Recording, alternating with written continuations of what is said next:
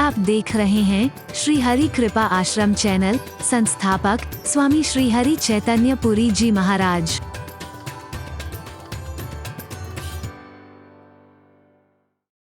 विश्वमखिलम् ब्रह्मादिदेवासुरा यत्सत्त्वादमृषैव भाति सकलम् रज्जौ यथा अहिर्भ्रमः यत्पादप्लवमेकमेव हि भवाम्भोधेस्तीर्षावताम् वन्देऽहं तमशेषकारणपरम् रामाख्यमीशं हरिम् मनोजवं मारुततुल्यवेगं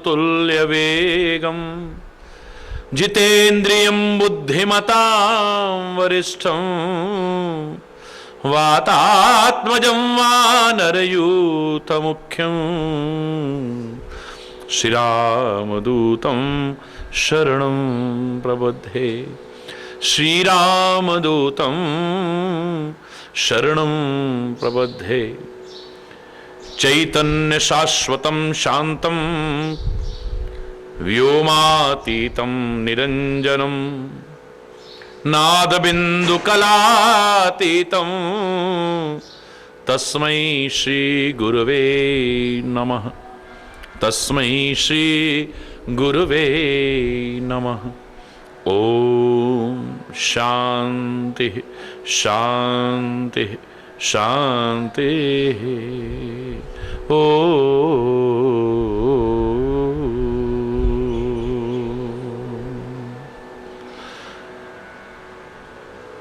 मुकुंद माधव गोविंद बोल केशव माधव हरि हरि बोल।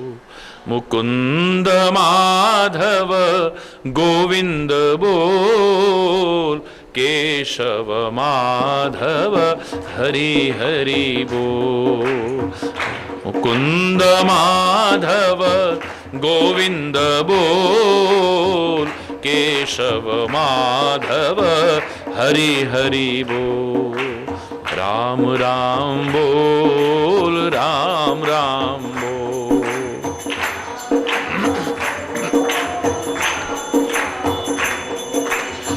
कृष्ण कृष्ण बोल कृष्ण कृष्ण बोल।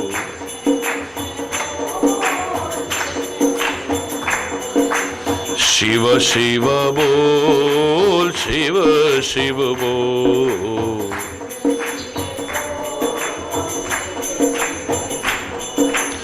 हरि हरि बोल हरि हरि बोल।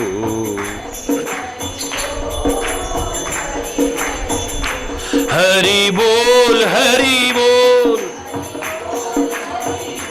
हरि बोल हरि बोल हरि बोल हरि बोल। मुकुंद माधव गोविंद बोल केशव माधव हरि हरि बोल। मुकुंद माधव गोविंद बोल केशव माधव हरि हरि बोल। राम राम बोल राम राम बोल।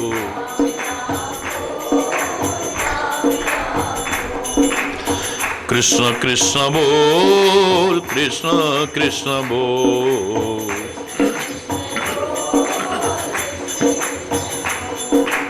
शिव शिव बोल शिव शिव बोल।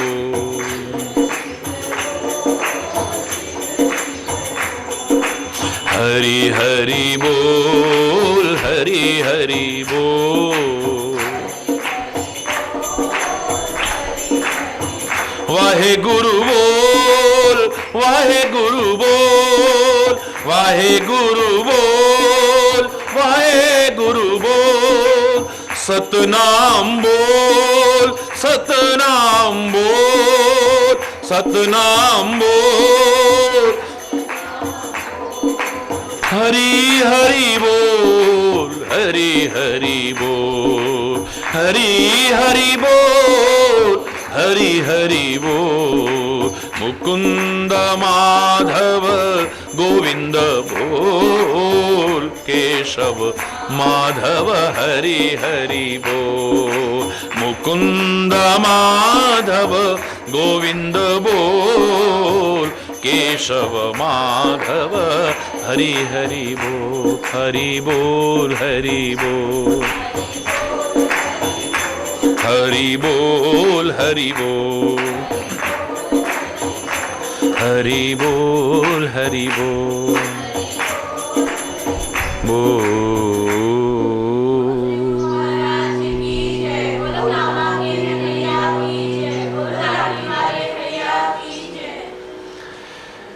हरि बोल, हरि बोल।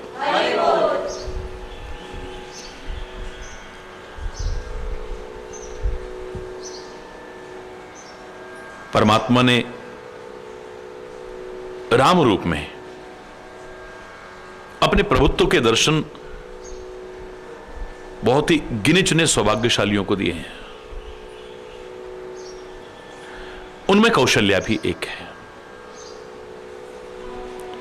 यह अपने प्रभुत्व के दर्शन सती को कराए हैं।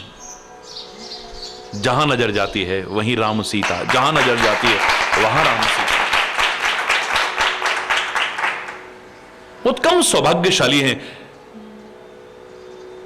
जिन्हें अपने प्रभुत्व के दर्शन कराए हैं, अपनी विराटता के दर्शन कराए हैं।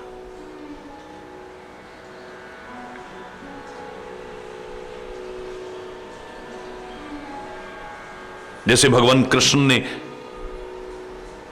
अर्जुन को अपनी विराटता का दर्शन कराया है,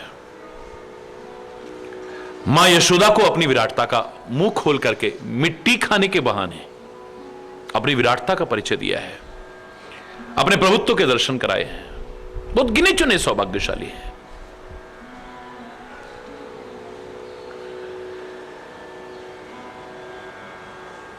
मां कौशल्या ने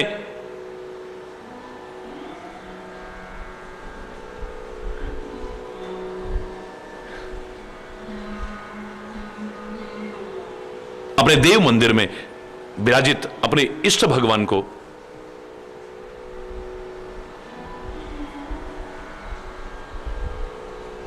सारंग पानी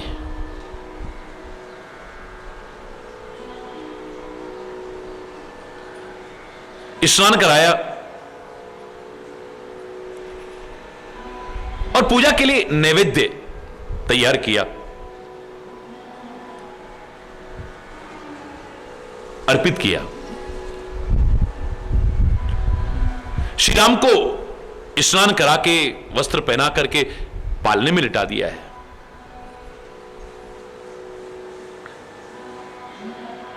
जहां नैवेद्य तैयार किया था वहां रसोई में गई हैं।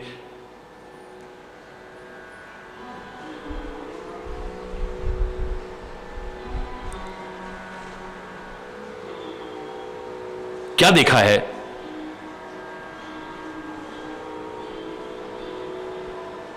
मेरा लाल यहां भोजन कर रहा है। दिमाग बड़ा अजीब सा हुआ, वापस दौड़ी। पालने के पास पहुंचे तो क्या देखते हैं, श्री राम जी वहां भी लेटे हुए हैं। फिर दौड़ करके आई, क्या देखा कि वहां भोग लगा रहा है।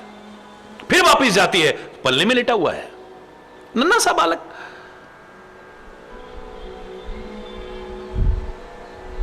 यहां वहां दुई बालक देखा। यहां द्वैत तो है ही नहीं, यहां तो अद्वैत है, एक ही है।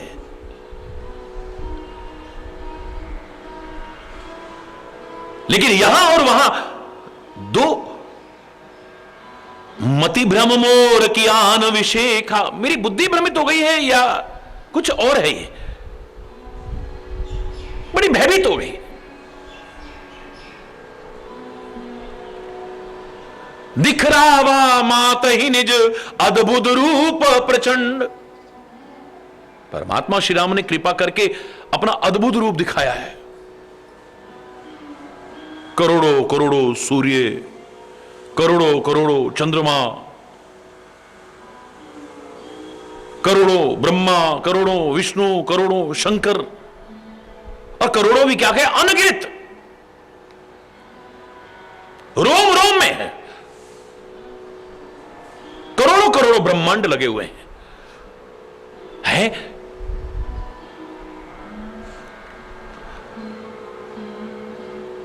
जो कभी सुना नहीं, कभी देखा नहीं, वो भी वहां अद्भुत दिखाई दे रहा है। माया भी देखी, राम के आगे हाथ जोड़ करके भयभीत दिखाई दे रही है।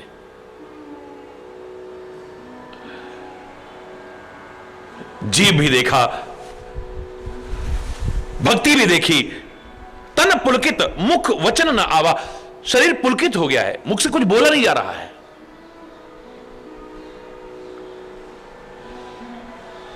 नेत्र बंद किए, चरणन सिर नावा, चरणों में सिर झुका दिया है।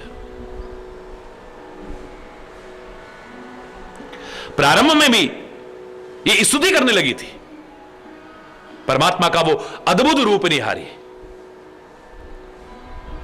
फिर भगवान ने समझाया, वात्सल्य का आनंद लेने लगी है। आज फिर अपने प्रभुत्व के दर्शन कराए परमात्मा ने, फिर चरणों में सिर झुका रही है। मां को विस्मयवंत देखा, कौतुकी कृपालु परमात्मा श्री राम फिर से नन्हे से बालक बन गए। अब तो स्तुति भी नहीं हो रही है, तब तो स्तुति तो की थी ना उस अद्भुत रूप को देख करके। अब तो डर के मारे स्तुति भी नहीं हो रही है। सारे संसार के पिता को, जगत पिता को, सारे ब्रह्मांड को पैदा करने वाले को मैंने अपना पुत्र माना। परमात्मा श्री हरि मां को समझाने लगे बहुत तरह से, मां ये किसी से कहना मत, किसी को बताना मत।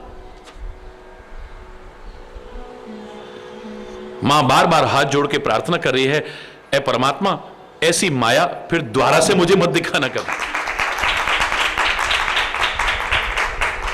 अब जन कबहू व्यापे प्रभु मोहि माया तोरे, तेरी ये माया अब मुझे कभी ना व्यापे। प्रश्न उठता है, नन्हा सा बालक कभी यहां दिखाई दे रहा है, फिर वहां दिखाई, एक ही समय में, फिर दौड़ के जा रहे हैं तो वहां है, यहां कैसे पहुंचा होगा वहां? हरि बोल। प्रारंभ में ही बता चुके हैं, ये वो परमात्मा है, बिनु पद चलई सुनहि बिनु काना, बिनु पद चलई सुनहि बिनु काना, कर बिन करम करई विधि नाना, कर बिनु करम करई विधि, आनन रहित सकल रस भोगी, आनन रहित सकल रस भोगी, बिनु वाणी बक्ता बड़ जोगी, बिनु वाणी बक्ता बड़ जोगी, तन बिनु परस नयन बिनु देखा, सहज घ्राण बिन बास असेखा, अस सब भांति अलौकिक करनी, महिमा जासु जाए नहीं वर्णी। जिसकी महिमा का वर्णन नहीं किया जा सकता, जिसकी सब करनी अलौकिक है। बिना पद चले ही, जो बिना पैरों के भी सब जगह चल के पहुंच जाता है, बिना पैरों के। द्वारिका में बैठा हुआ है और द्रौपदी यहां पुकार रही है, एक क्षण का विलंब होता नग्न हो जाती है, लाज लुट जाती है। पैरों से चल के आया था क्या? हरि बोलना। सुने भी नहीं कहना, कैसे सुना उसने इतनी दूर? उस समय को मोबाइल थोड़े ना होते थे। ये जितने साधन होते जा रहे हैं उतने हम श्रद्धा से बल्कि दूर हो रहे हैं। देखा हमारा फोन भी नहीं उठाया, देखा हमारा वो, हम अब दूसरे की मजबूरी नहीं समझते, हम सोचते कि हम अकेले हैं जो कॉल कर रहे हैं किसी को, और जिस समय हम कॉल करें सामने वाला आदमी खाली बैठा होना चाहिए बस, है? और बल्कि आपस के प्यार खत्म हो रहे हैं इस चक्कर में। कम से कम अध्यात्म के क्षेत्र में इतना सुनो, आप दिल से भी पुकारो वो सुन लेंगे, दिल से भी पुकारो। वाणी सुने अच्छा लगता है, दर्शन करें अच्छा लगता है, लेकिन एक वही तो है जो बिना पैरों के भी सब जगह चल के जा सकता है। एक वही तो है बिना कानों के भी सब सुनता है। एक वही तो है बिना वाणी के भी सब बोल जाता है, महान वक्ता, हरि बोलना। बिना नासिका के सब ग्रहण कर सकता है। कर बिन कर्म करें विधि नाना, विभिन्न प्रकार के कर्म हाथों के बिना ही कर लेता है। उसके लिए किसी चीज की आवश्यकता नहीं है। सारी सृष्टि को भी पैदा किया तो सारी सृष्टि को पैदा करने के लिए उसे आवश्यकता नहीं पड़ी कि इस चीज की हो, इस चीज की हो, तब जाकर के सृष्टि उत्पन्न होगी, है? यही सृष्टि उपाई त्रिविध बनाई, संग सहाय न दूजा। कोई दूसरा सहायक नहीं है। त्रिविधात्मक सृष्टि सारी की सारी क्षण मात्र में तैयार हो गई, संकल्प मात्र से सृष्टि तैयार हो गई। सारी दुनिया को पैदा करने वाले ब्रह्मा को पैदा करने के लिए उसे आवश्यकता नहीं पड़ी कि मेरे साथ कोई माया हो या नारी हो तब मैं आगे ब्रह्मा पैदा करूं, कोई आवश्यकता नहीं है। नाभि कमल में से ब्रह्मा को पैदा करके दिखा दिया है? उसको किसी चीज की आवश्यकता नहीं है। अरे महापुरुष किसी भी अंग से किसी भी अंग का कार्य निष्पादित कर सकते हैं। भगवान वेदव्यास ने कैसे संतान उत्पन्न की थी? कोई शारीरिक संबंध नहीं बनाया है। जब संतान नहीं हो पा रही है तो सारी रानियों को बुलाया गया, देखो खाली वेदव्यास की तरफ देखो, उनकी आंखों में देख नहीं पाई है। क्या हुआ? आंखें बंद कर ली, तेज सहन नहीं हुआ। कौन पैदा हुआ? धृतराष्ट्र पैदा हुआ है, अंधा धृतराष्ट्र पैदा हुआ है। तुम देखो, देखी तो डर के मारे कांपने लगी है, हिम्मत नहीं हुई, आंखें कांप रही है बुरी तरह से, पीली पड़ गई। कौन पैदा हुआ? पांडु, जिनके पांडव हुए हैं। पांडु का तात्पर्य है पीलिया, पांडु रोग कहते हैं पीलिया को। हरि बोल। पीले पड़ गए एकदम से। ये इतना बड़ा परिवार जो उत्पन्न हुआ, आप इतिहास उठा करके देखिए, क्या विज्ञान होगा ये। दृष्टि मात्र से ये कोरी कथाएं नहीं है इनके। अगर अंतर में जाओगे बहुत बड़ा विज्ञान उभर करके आएगा, बहुत बड़ा विज्ञान उभर के आएगा। ये समर्थ हैं, इनको किसी चीज की आवश्यकता नहीं है। ये बिना आंखों के सब देख सकते हैं, बिना कानों के सब सुन सकते हैं, बिना वाणी के सब बोल सकते हैं, बिना नासिका के सब सूंघ सकते हैं, बिना पैरों के सब जगह चल के जा सकते हैं, बिना मुख के सब रस ग्रहण कर सकते हैं। अरे बोल, कोई आवश्यकता नहीं है आपने भोग लगाया भगवान जी ऐसे करके खाएंगे तभी भोग लगेगा। हरि बोल।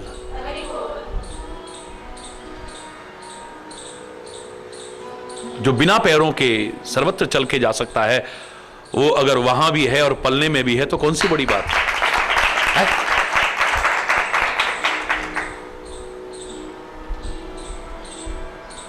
बाल चरित हरि बहुविध कीना, अति आनंद दासन कह दीना।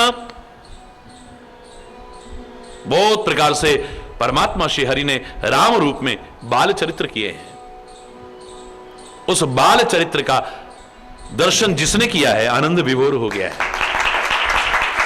विभिन्न लीलाएं की। इस तरह से कुछ समय बीत गया, बड़े हुए, चूड़ाकरण हुआ,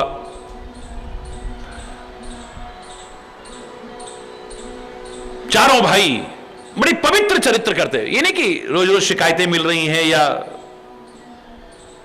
मन क्रम वचन अगोचर जोई, दर्शत अजिर विचर प्रभु सोई। मन से, वचन से, कर्म से, इंद्रियों से जो परे है वो परमपिता परमात्मा आज दशरथ के आंगन में विहार कर रहा है। तुम ऐसा जीवन बनाओ, मैं तो कहूंगा तुम्हारे घट में विहार करने लग जाए। भोजन करने के लिए बुलाते हैं, बाहर समाज को छोड़ करके नहीं आते हैं, खेल रहे हैं भगवान। हरि बोल। कौशल्या बुलाने जा रही है तो ठुमुक ठुमुक करके भागने की कोशिश करते हैं। निगम नेति शिव अंत न पावा, ताए धरे जननी हट धावा। वेद जिसका अंत नहीं पा सके, शिव जिसका अंत नहीं पा सके, नेति नेति कहा, न इति कितना भी कह लो इसका अंत नहीं, अनंत है ये। उस अनंत को, जगदाधार को मां पकड़ने के लिए दौड़ रही है। हरि बोलना।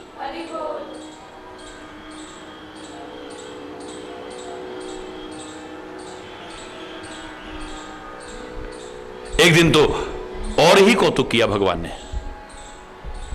ठुमुकते ठुमुकते ठुमुकते ठुमुकते राजमहल के द्वार को भी पार कर गए। हरि बोल। राजमहल के द्वार को भी पार कर गए। रणिवास की मर्यादाएं थी, रानियां तो आगे नहीं जा पाई, दास दौड़े हैं पीछे। महाराजा दशरथ की आज्ञा थी कि इनकी इच्छा के विपरीत तो कुछ ना हो, इन्हें रोका ना जाए। हां, कोई नुकसान होने लगे, कष्ट पहुंचने लगे तब संभालो, वरना इन्हें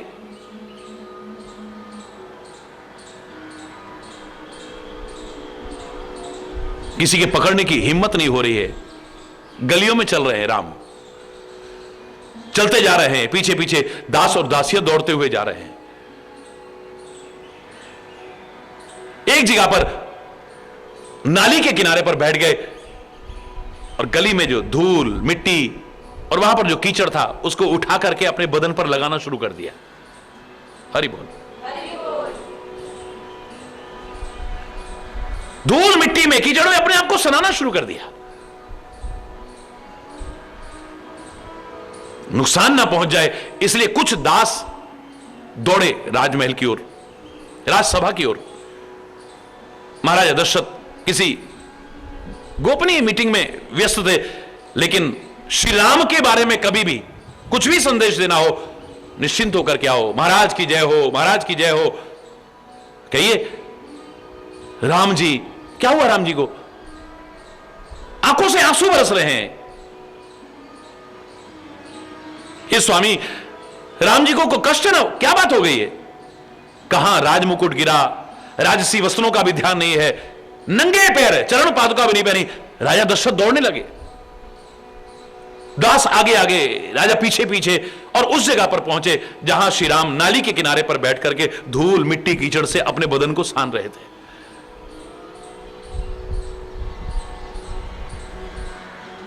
महाराजा दशरथ की आंखों में आंसू आ गए। चक्रवर्ती सम्राट आज वहीं पर गली में ऐसे ही बैठ गया। इंद्र भी जिसको सिंहासन देता हो आगे बढ़ करके, वो महाराजा दशरथ आज वहीं पर बैठ गए। उठाया राम जी को, अपने आंचल में लिया, गोदी में लिया और अपने राजसी वस्त्रों से ही पहुंचने लगे और पहुंच करके चूम रहे हैं उसे। हरि बोल। बार बार ऐसे ममता भरा हुआ हाथ, वात्सल्य भरा हुआ हाथ फेर रहे हैं, बार बार चूम रहे हैं। श्री राम की आंखों में आंसू आने लगे, फपक फपक के रोने लगे। महाराजा दशरथ कहते हैं,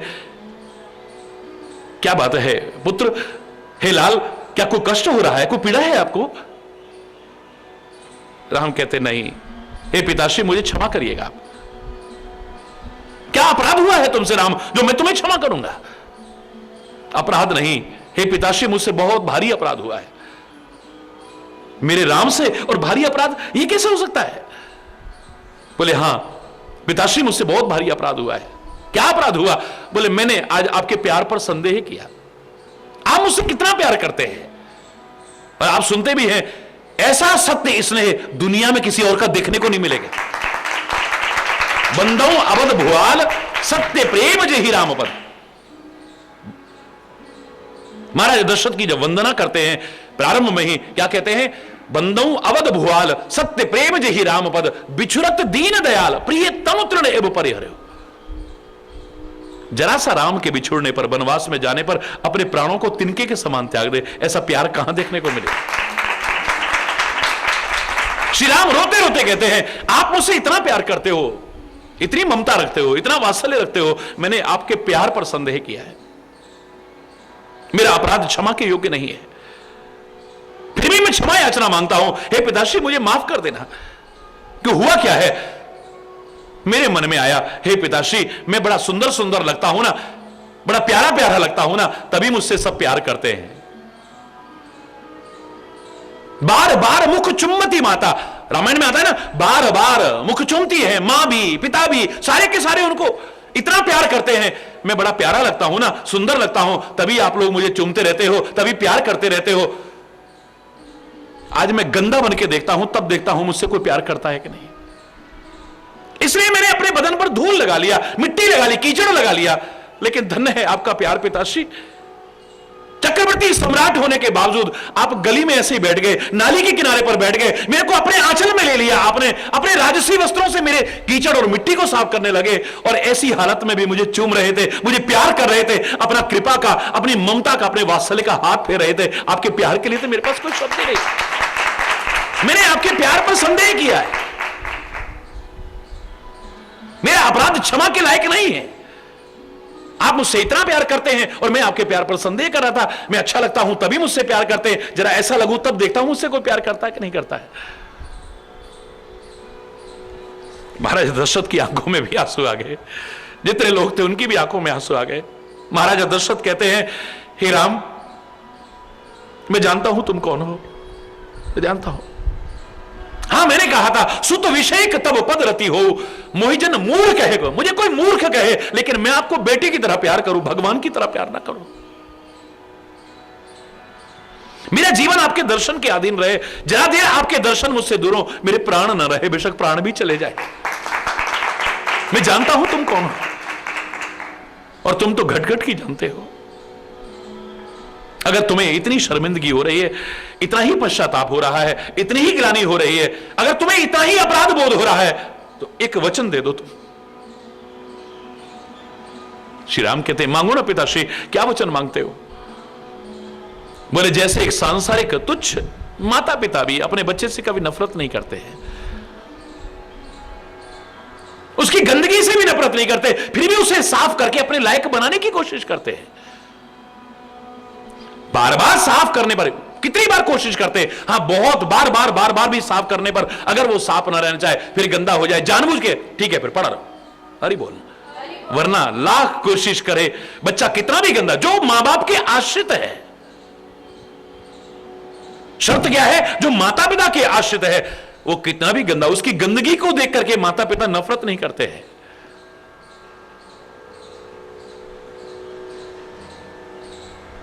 बल्कि उसे साफ करके अपने लायक बना लेते हैं। संसार के माता पिता ऐसा करते हैं। हे राम तू तो जगत का माता पिता है, तेरे बच्चों से भी अगर कभी कोई गलती हो जाए ना, उनकी बुराई को देख करके, गंदगी को देख के नफरत मत करना, उन पर कृपा करना, तू भी उन्हें साफ करके अपने लायक खुद बना लेना। अगर तेरे भक्तों से, भक्त मानो नन्हा बालक, क्षमा किसका हो सकता है, नन्हे बालक का क्षमा हो सकता है, बड़े का नहीं। छोटा बच्चा तो हमारे चेहरे पर भी गंदगी कर देगा, हाथों पर गंदगी कर देगा, हमारे कपड़ों पर गंदगी कर देगा, हम उससे नफरत नहीं करेंगे, क्रोधित नहीं होंगे, बल्कि उसे साफ करके अपने लायक बना लेंगे। उस बच्चे को जो हमारे आश्रित है, बड़े को तो डांट भी सकते, तुम्हें शर्म नहीं आती, ये जगह है गंदगी करने की। ऐसे ही ज्ञानी बड़े बच्चे हैं भगवान के, और भक्त नन्हे बच्चे हैं। इनको तो परमात्मा का ही आश्रय है, किसी और का आश्रय नहीं है।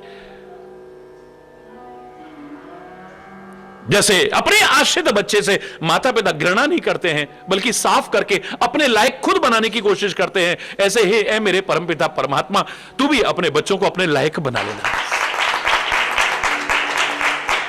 मैं नहीं कह रहा, मानस के बड़े प्यारे शब्द हैं। बार बार जब पीछे भागते हैं सारी गंदगी को अपने ऊपर लगा लेते हैं। धूसर धूरी भरे तनु आए, भूपत विहस गोद बैठाए, भूपति विहसी गोद बैठाए। जैसे ही राजसभा से संदेशा सुनकर के महाराजा दशरथ आ रहे हैं, कहते आते देख करके राम जी ऐसी गंदगी में दौड़े,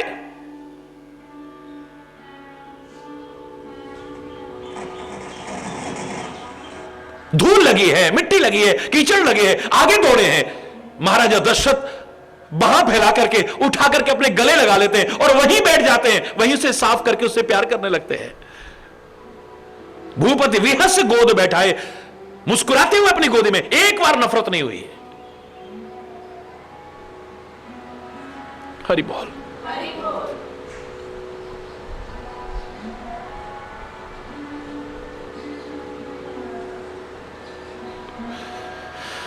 प्रार्थना करते रहना है, पहले तो भूल करके भी हमसे कोई भूल ना हो। अपने अंदर किसी प्रकार का अहंकार न रखते हुए और कोई भरोसा न रखते हुए, एक भरोसा, एक बल, एक आस, एक विश्वास हो, उसके अबोध नन्हे बालक बन जाए हम, उसके आश्रित बालक बन जाए हम, और प्रार्थना करते रहें। लाख प्रयास करके भी हम अपने विकारों को, गंदगी को दूर नहीं कर पाए, ऐ परमात्मा कृपा करके उसे साफ करके अपने लायक खुद बना लो हम। तुम ठुकराओगे भी, हम जाएंगे नहीं। जब दर पे तुम्हारे ही अधमों का ठिकाना है तो कहां जाएं हम, और किस द्वार पर जाएं अब? तारोगे तो तर लेंगे, छोड़ोगे तो बैठे हैं, दरबार से अब हरगिज उठकर नहीं जाना है। आप तारोगे आपकी मर्जी, नहीं तारोगे आपकी मर्जी है, हम आपके द्वार को छोड़ करके नहीं जाएंगे। फरियादों के सुनने में है कौन सिवा तेरे, यदि तुम न सुनो भगवन फिर किसको सुनाना है। जो भी हमारे अंदर का, किसी और को नहीं सुनाएंगे हम, उसको सुनाया, उसको सुनाया, उसके आगे दुखड़ा रोया, उसके आगे रोया, नहीं नहीं नहीं नहीं। तेरे अलावा हमारी सुनने वाला है कौन? हां, यदि तुम न सुनो भगवान फिर किसको सुनाना है? यदि तुम नहीं सुनोगे किसको सुनाए? हम किसी और को नहीं सुनाएंगे, हम तो फिर भी कहेंगे सुनो ना सुनो, यह है मर्जी तुम्हारी, मगर मैं हमेशा पुकारा करूंगा।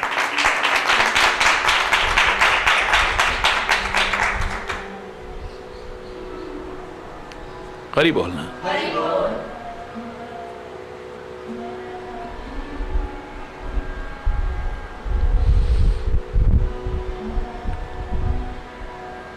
दृग बिंदु की शक्लों में है ख्वाहिशें इस दिल की, जरिया तो है आंखों का, आंसू तो बहाना है। आंसू तो एक बहाना है, बात बात में जो निकल आते हैं। हरि बोल। ये तो खाली एक बहाना है। आंख में जरा सी कोई चीज पड़ जाए,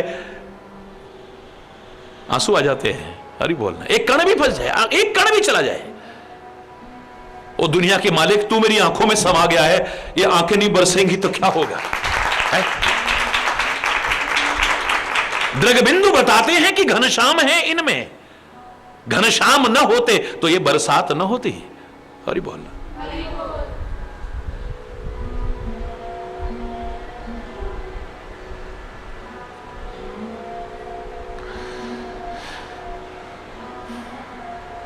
धूसर धूरी भरे तनु आए, धूल मिट्टी कीचड़ से सने हुए आए, भूपति विहस गोद बैठा। राजा ने मुस्कुराते हुए अपनी गोदी में बिठा लिया है राम जी को। भोजन करत चपल चित इतु उतु अवसर पाए, भाज चले किलकत मुख ददियोदन लपटाए। हरि बोल।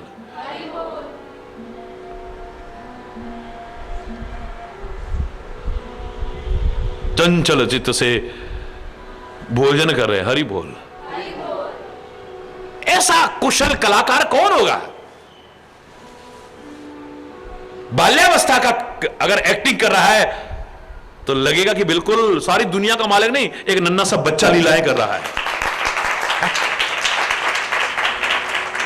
कोई है जिसे प्रभुत्व का दर्शन, बाकी लोग ये देखे, हाय कितना प्यारा बच्चा है, कितना सुंदर बच्चा है, कितना सुकुमार है, कितना हरि बोलना। बिल्कुल उसी तरह से कहते ना, जैसा वेश पहन लो उसी तरह का फिर नाच नाचना चाहिए। जींस टॉप पहन करके आप कथक करने लगो तो कैसे लगोगे?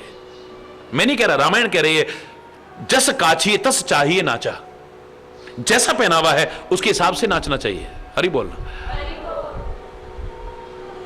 यानी मानव का चोला तुमको पहनाया गया है तो मानवों की तरह विचरण करो ना, दानवों की तरह क्यों कर रहे हैं?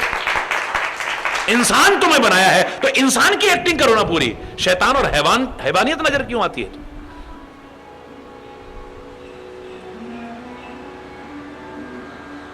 जो चोला तुम्हें पहनाया गया है उसके हिसाब से एक्टिंग करो। और इतना कुशल अभिनेता कहां से मिलेगा? भोजन करत चपल चित इत उत अवसर पाए, मौका मिलते ही भाग जाते हैं, किलकारी मारते हुए दही चावल मुंह पे लपटा करके चल देते। हरि बोल। ये मत सोचना कन्हैया ही खाली माखन लपटाता था मुंह पे जहां था। हरि बोलना। परम धीर वीर गंभीर मेरे राम ने भी वो लीलाओं का दर्शन कराया। बालक है तो बालक लग रहे हैं, बलिहार है इस बालपन पर, कुर्बान है इस बालपन पर।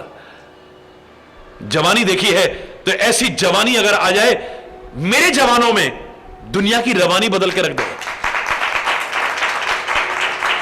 जो एक्टिंग कर रहे हैं, कुशल अभिनय, कुशल अभिनय है।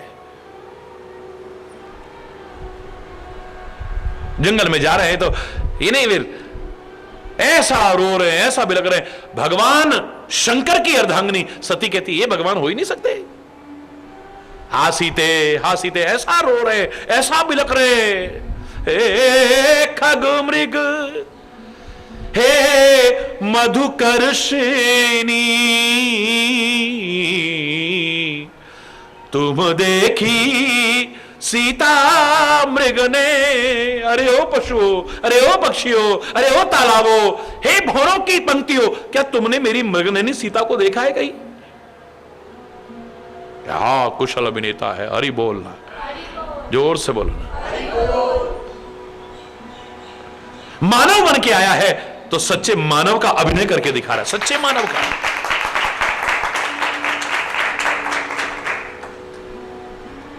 कहीं से नहीं लग रहा है ये परमात्मा हो सकता है। तुलसी साफ शब्दों में बार बार कह रहा है, सामान्य मनुष्य जैसी लीला कर रहा है, जिसे तुम भी अपनाओ तुम्हारा भी उद्धार हो जाएगा। प्राकृत नर एवं लीला करत सकल रघुनाथ।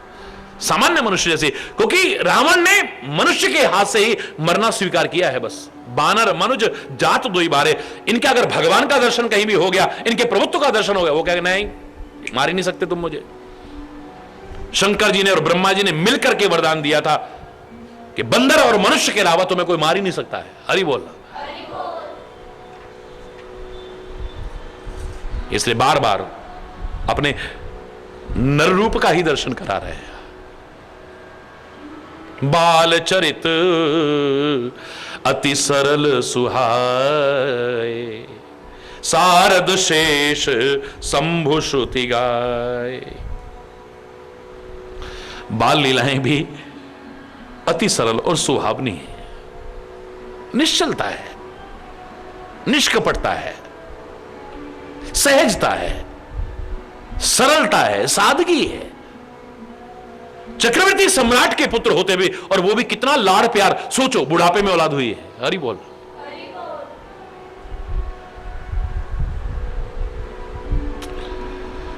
लेकिन हमको सिखाने के लिए वो सरल, और वास्तव में ये दिखाया है जितना कोई महान होगा ना, उतना ही सरल होगा, सहज होगा, सादगी परिपूर्ण जीवन होगा, सुगम होगा,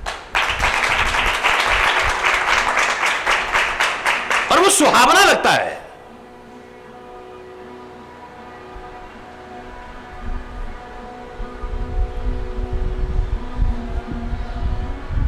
अगर आपके अंदर दिव्यता है, आपके अंदर महानता है, आपके अंदर अगर आचरण की उच्चता है, बाहर का फिर इतना मायने नहीं लगता आप गोरे हैं या काले हैं या सांवले हैं, ठिगने हैं या लंबे हैं, इतना महत्वपूर्ण नहीं रह जाता है। फिर आपने बड़े कीमती वस्त्र पहन रखे हैं या बिल्कुल सादा कपड़े पहन रखे हैं, इतना महत्व तो नहीं रखता है। फिर आप देखो ना, राम जी चतुर्भुज रूप में प्रकट होकर आते हैं, सारे के सारे आभूषण पहन रखे हैं, तब भी उतने शोभामान हो रहे हैं। बचपन में नग्न घूम रहे हैं, तब भी उतने अच्छे लग रहे हैं, तब भी उतने अच्छे लग रहे हैं। सूरदास ने तो नग्न के भी दर्शन किए ना, है? एक बार उनकी परीक्षा लेने के लिए ना, क्योंकि वो जैसा श्रृंगार होता था ना ठाकुर जी का, वही अपने पद में गायन करते थे। तो एक दिन जानबूझ के उन्होंने क्या किया, वस्त्र ही नहीं पहनाए। उन्होंने क्या कहा, आज हरि देखे नंगम नंगा, हरि बोलना। लेकिन उसका भी इतना वर्णन, आप मेरे कहने का भाव समझने की कोशिश कीजिएगा। वो उस रूप में है तब भी अच्छा लग रहा है, बच्चे के रूप में घूम रहा है तब भी उतना ही अच्छा लग रहा है, जंगल में बनवासी के वेश में जटा का मुकुट बना करके घूम रहा है तब भी उतना ही अच्छा लग रहा है, राजसी वस्त्र पहन करके, राज मुकुट पहन करके जब राज्य सिंहासन पर बैठता है तब भी उतना ही अच्छा लग रहा है।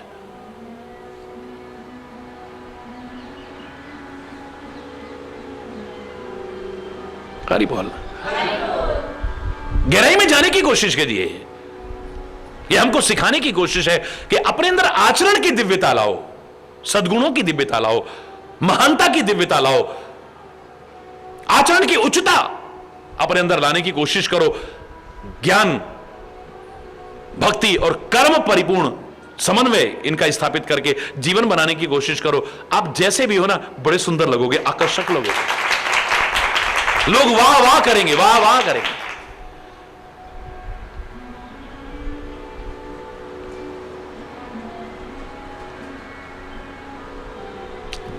बलिहारी जाएंगे लोग, है?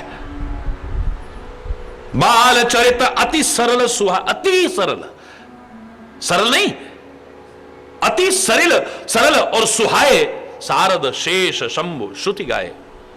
सरस्वती वर्णन करती है, शेष वर्णन करते हैं, शिव वर्णन करते हैं, और वेद भी जिसका गायन करते हैं। जिनकर मन इनसन नहीं राता, ते जन वंचित किए विधाता। राम सिया राम, सिया राम जय जय राम, राम सिया राम, सिया राम जय जय राम। जिनकर मन इनसन नहीं राता, हो दे जन वंचित किए विधाता। राम सिया राम, सिया राम जय जय राम, राम।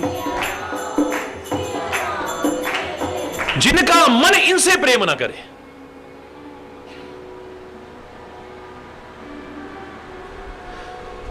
विधाता ने उनको वंचित रखा है, सब कुछ होते हुए भी कुछ नहीं उनके पास, जिनको फिर भी दुनिया अच्छी लग रही है, दुनिया के मालिक को छोड़ करके।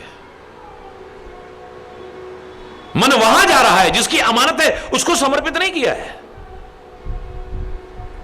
ध्यान वहां जा रहा है, इधर नहीं है। खाली इतना ही तो परिवर्तन करना है। मैंने आपसे कहा ना, पंजाब की वो कहावत बड़ी प्रसिद्ध है, बुल्ले शाह बड़े मशहूर हुए हैं, उनकी काफियां बड़ी मशहूर हैं, लोग गाते हैं। मैं भी अपने प्रवचनों में कहीं कहीं उल्लेख करता हूं। बड़े महापुरुष हुए हैं। तो कहते हैं, एक बार अपने गुरु महाराज के पास में गए, जाकर के बोले, गुरु महाराज, भगवान को पाना तो बड़ा मुश्किल है, रब नू पाना तो बड़ा औखा है। मैंने जप भी किया, तप भी किया, साधन भी किया, व्रत भी किया, दान भी किया, पुण्य भी किया, पर मुझे भगवान नहीं मिला। मैं सब कुछ किया पर रब नहीं मिला। हरि बोल। गुरु महाराज धान की रुपाई कर रहे थे, क्योंकि गुरु कर्तव्य से विमुख होना नहीं सिखाता है, वो स्वयं रात दिन कर्मठ होकर के चलता है। आप तो कर्म से विमुख होना नहीं सिखाए। गुरु महाराज कहते हो, बुल्लिया और रब दा की पाना, इत्थों पुटना ते इत्थे लाना। जैसे धान की पौध रोपी जाती है तो उससे पहले कहीं पर बोई जाती है, वहां से उखाड़ते हैं और उसे ला करके यहां रोपाई करते हैं। जैसे धान की पौध को वहां से उखाड़ करके ला करके यहां रोपते हैं, बोले ऐसे ही जो ध्यान वहां लगाए ना, उसको इधर लगा दे, बस हो गया तेरा काम। जो मन तेरा वहां लगा है, उस मन को इधर लगा दे, वहां से उखाड़ इधर ले आ। जो चित्त वृत्तियां उधर हैं, उनको हटा करके इधर ले आ, तेरी जिंदगी संवर जाएगी। बस खाली इतना ही करना है बस। बुल्लिया रब दा की पाना, यानी भगवान को क्या पाना, इत्थों पुटना उत्थे लाना, यहां से उखाड़ा वहां लगाया, बस इतना ही करना है। वहां जो लगा है मन, उसको वहां से हटा के इधर लगाओ। वहां जो चित्तवृत्तियां जा रही हैं, इधर लगाओ।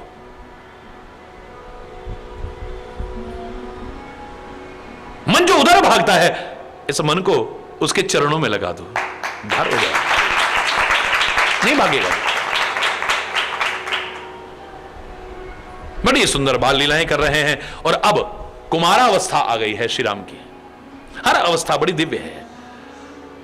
हर अवस्था वालों को, हर उम्र वालों को, सबको शिक्षा है, सबको।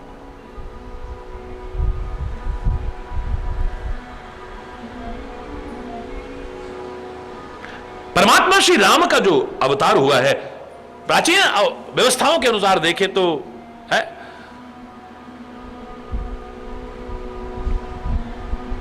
मुझे लगता है कि एकमात्र मानव मात्र को मानव बनने का दिव्य संदेश देने के लिए है। बाकी सब काम अपनी जगह है। स्वयं जी करके सिखाया, अपने आचरण में उतार करके तब शिक्षा देने की कोशिश की है।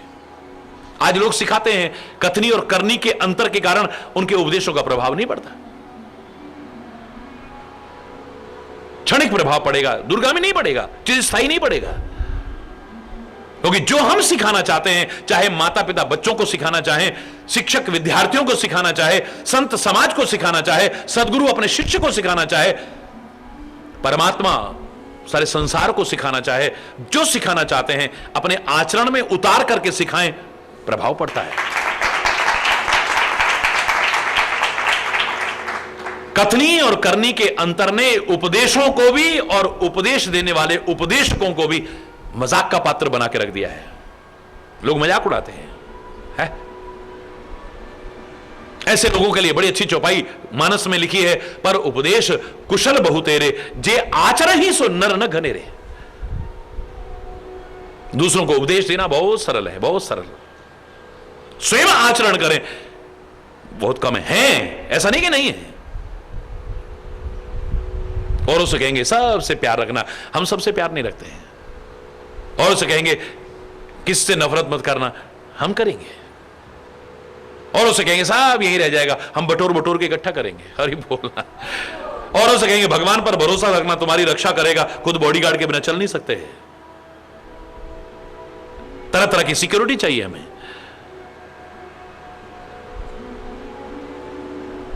कुमारावस्था आई है, देखिए आप कितनी दिव्य है। एक कुमार अवस्था के लोगों को सीखने के लिए भी है। भय कुमार जब ही सब भ्राता, दीन जनेऊ गुरु पितु माता। कुमारावस्था हुई है, गुरु माता और पिता ने यज्ञोपवीत संस्कार किया है। हमारे 16 संस्कारों में से एक संस्कारों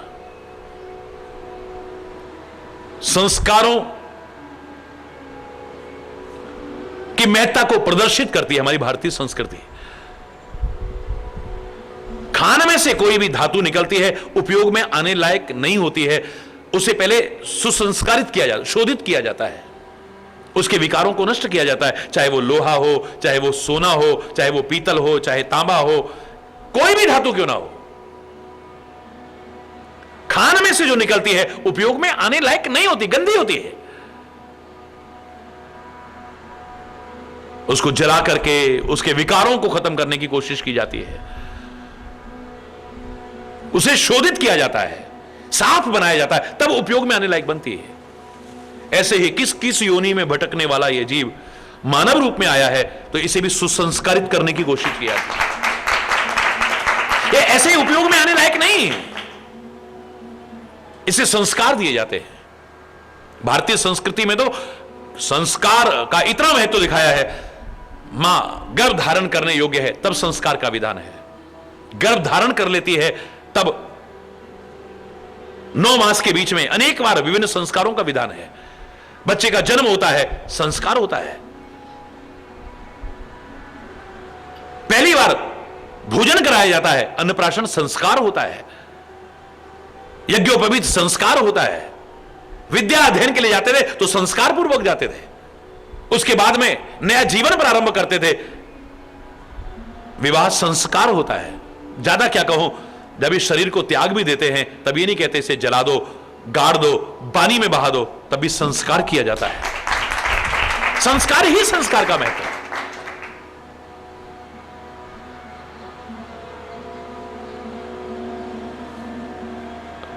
गुरु गृह पढ़न गुरु गृह गए पढ़न रघुराई, अल्पकाल विद्या सब आई।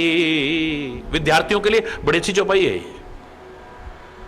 इसका पाठ करें और इसका प्रभाव देखें। हरि बोल, मंत्र की तरह। गुरुदेव के आश्रम में गए हैं पढ़ने के लिए, अल्पकाल में ही सारी विद्या पाली है। लगता है क्या मजाक है? जाके सहज श्वास श्रुति चारी, सो हरि पढ़ ये कौतुक भारी। जिसके श्वास मात्र से चारों वेदों का निरंतर उच्चारण चलता हो, वो गुरु के पास जाकर के पढ़ रहे हैं, ये मजाक सही लग रहा है और क्या है, कौतुक लग रहा है, खेल लग रहा है। और फिर देखिए आप, उन्होंने कभी नहीं कहा गुरु महाराज आप मुझे क्या पढ़ाएंगे, आप मुझे क्या से, मेरा नाम लेकर के लोग अपार ज्ञान हासिल कर लेते हैं, है? मुझे कोई क्या सिखाएगा, मुझे कोई क्या पढ़ाएगा। विनम्रता पूर्वक हाथ जोड़कर, सिर झुकाकर,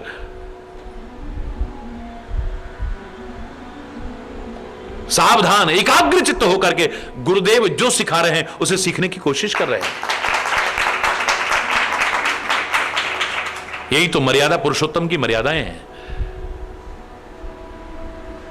ये कुछ दशक के अंदर ही गुरु शिष्य के संबंधों में, माता पिता और बच्चों के संबंधों में, भाई भाई के संबंधों में, विभिन्न संबंधों की जो गरिमा घटती हुई नजर आ रही है, हमें विश्लेषण करना होगा, आत्मचिंतन करना होगा, क्या वजह है।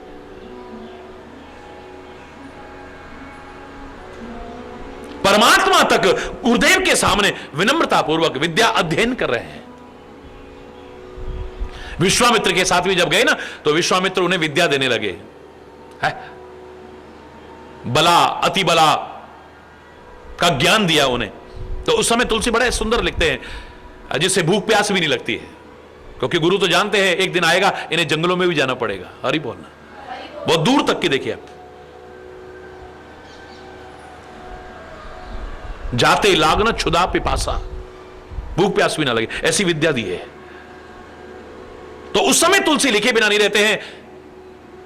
विश्वामित्र मुनि प्रभु जिये चीनी, विश्वामित्र प्रभु ही जिये चीनी, विद्या निधि कहूं विद्या दीनी। विश्वामित्र ने अपने परमात्मा को पहचाना और विद्या के भंडार को विद्या देने की कोशिश की। विद्या के भंडार को कौन विद्या देगा? है विद्या का खजाना है वो, उसको विद्या दी। वाह! और उसने एक बार नहीं कहा गुरुजी क्या सिखाओ, ये तो हम सब जानते हैं, आप मुझे क्या सिखाओगे? है आज जरा सा टीवी पर सुन लो, जरा सा यहां सुन लो प्रवचनों में, जरा सा कहीं पढ़ लो जरा ये कौन सी नई बात, ये तो हमको भी आती है। हरि बोलना।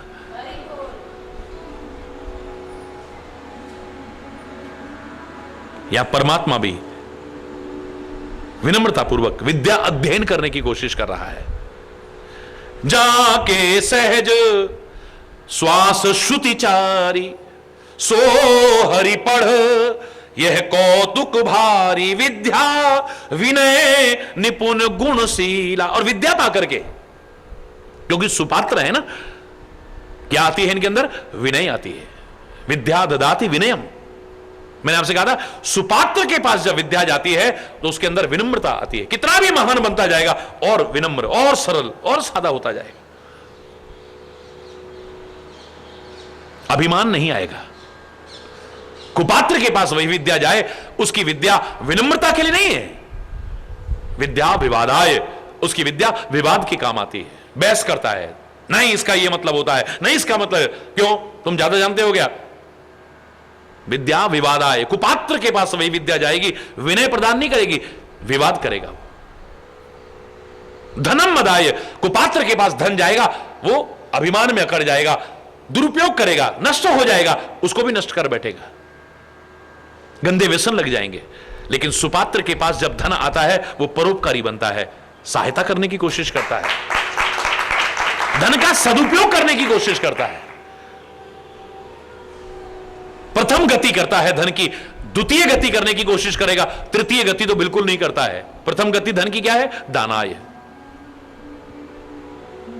किसी जरूरतमंद की, किसी असहाय की, किसी असमर्थ की मदद करने की कोशिश करेगा या परोपकार करने की कोशिश करेगा, धर्मानुसार उसका सदुपयोग करने की कोशिश करेगा। धन की दूसरी गति क्या है? भोगाय, यानी खुद खाओ और उनको खिलाओ।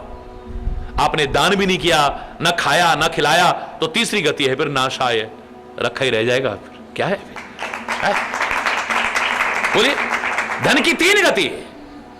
मैंने आपसे कहा था ना, राजा ने कहा, बादशाह ने, अकबर ने बीरबल से, ऐसा करो 5 रुपए का अब, 5 रुपए का तब, 5 रुपए का ना अब ना तब लेकर के आओ जाओ। मंत्री और सभासद बड़े खुश जो उससे ईर्ष्या करते थे, आज तो इसकी हरि बोलना है। सारा दिन लग गया, शाम को बीरबल वापस लौटता है, बहुत सारे फल मेवा मिष्ठान लेकर के महाराज के चरणों में रख देता है, लीजिए महाराज। राजा बोला, मैं और राजाओं की तरह को ऐसे नहीं, मैं तो आम समाज के बीच भी जाता हूं, मैं जानता हूं कि 5 रुपए से ज्यादा का नहीं हो सकता है। मैंने तो तुम्हें 15 रुपए दिए थे। हां महाराज, आपने 15 रुपए दिए, लेकिन काम भी तो 3 बताए थे। मैं कब कह रहा हूं ये 15 रुपए का है, ये 5 रुपए का है, लेकिन मैंने तो तुमसे कहा था 5 रुपए का अब, 5 रुपए का तब, 5 रुपए का ना अब ना तब। बोले हां महाराज, ये जो खाने पीने का सामान है ना, ये अब काम आएगा, ये 5 रुपए इसमें खर्च कर दिए मैंने, ये अब है, बाद में काम आने वाला नहीं है। ये 5 रुपए मैंने रास्ते में एक फुटपाथ पर एक गरीब को ठिठुरते हुए देखा, हाथ लगाया तो बुखार में तप रहा था, मैंने उसको वस्त्र दिलाए, नग्न था, कंबल दिलाया, वैद्य के पास जाकर के उसका उपचार कराया और कुछ खाने पीने की व्यवस्था की। 5 रुपए उसमें खर्च हो गए, वो आपके अब तो काम नहीं आएंगे, लेकिन तब काम आएंगे। ये 5 रुपए का अब है, वो 5 रुपए का तब है। राजा बोला, फिर 5 रुपए का ना अब ना तब। बोले, रास्ते में एक वेश्या नृत्य कर रही थी, लोग भी वार फेर कर रहे थे, मैंने भी 5 का नोट दिया और उस पर ऐसे घुमा के फेंक दिया। महाराज, ना वो अब काम आएंगे न तब काम आएंगे। अरे बोल, तो धन की 3 गति है, दानाय, भोगाय, नाशाय। कुपात्र के पास वही धन आता है अभिमान में। उपयोग करता है, नष्ट होता है, उसको भी नष्ट कर बैठता है। शक्ति सुपात्र के पास आती है, निर्बलों की मदद करता है, और कुपात्र के पास आ जाती है, वो औरों को सताने के काम आती है। शक्ति परेशान पर पीड़नाय है। हम सुपात्र बनने की कोशिश करें, कुपात्र बनने की कोशिश न करें।